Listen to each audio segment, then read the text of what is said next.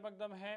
بات سیکیورٹی صورتحال کے حوالے سے کرتے ہیں اور آپ کو بتا دیں کہ آج IIT جموں میں ایک اہم کانفرنس منعقد ہوئی جموں کشمیر کے سیکیورٹی کے حوالے سے. اور آپ کو بتا دیں کہ اس میٹنگ میں جموں کشمیر کی مجموعی سیکیورٹی صورتحال کا جائزہ لیا گیا. لیفٹیننٹ گورنر منوج سنہا کی صدارت میں یہ اہم اجلاس ہوا اور لیفٹیننٹ گورنر منوج سنہا نے افسران کو ہدایت دی کہ دہشت گردوں اور ان کے سہولت کاروں کے خلاف مشترکہ کارروائی پر لیفٹیننٹ گورنر منوج سنہا نے زور دیا ہے.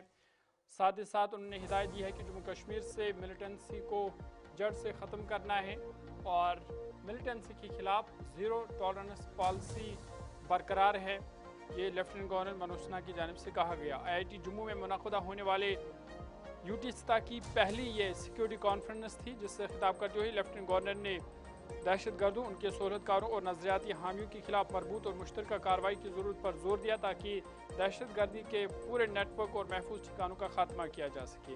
لیفٹیننٹ گورنر منوج سنہا نے کہا کہ سال 2019 کے بعد جموں کشمیر میں حاصل کی گئی سیکیورٹی کامیابیوں کا ہر حال میں دفاع کیا جانا چاہیے اور وادی، جنگلات، پہاڑی علاقوں یا دیہات میں سرگرم ہر دہشت گرد کو ختم کرنا لازمی ہے.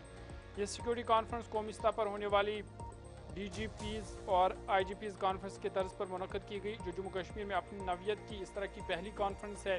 لیفٹیننٹ گورنر نے کہا کہ گزشتہ 6 برسوں کے دوران سیکیورٹی گرڈ کو مضبوط بنایا گیا ہے. جموں کشمیر پولیس، فوج، انٹیلیجنس ایجنسیوں اور مرکزی مسلح پولیس فورس کی مشترکہ کوششوں سے دہشت گردانہ واقعات، سرگرم دہشت گردوں کی تعداد اور نئی بھرتیوں میں نمایاں کمی آئی ہے. انہوں نے واضح کیا کہ دہشت گردوں، ان کے حمایتی اوور گراؤنڈ ورکرز اور عام شہریوں کو دھمکانے والے عناصر کے ساتھ یکساں سلوک کیا جانا چاہیے اور ان سب کو اپنے اعمال کی باہری قیمت چکانی ہوگی.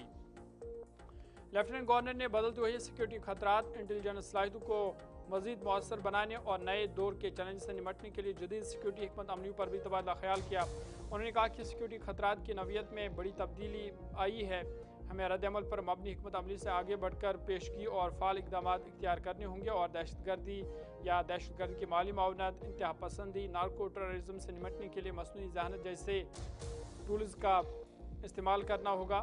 اپنے خطاب میں انہوں نے وزیر اعظم مودی اور وزیر داخلہ امت شاہ کی قیادت میں یہ سیکیورٹی کانفرنس دہشت گردی کے خلاف ہمہ جہت حکومتی حکمت عملی تیار کرنے کے لیے غور و فکر اور باہمی تعاون کا ایک مؤثر پلیٹ فارم ثابت ہوگی.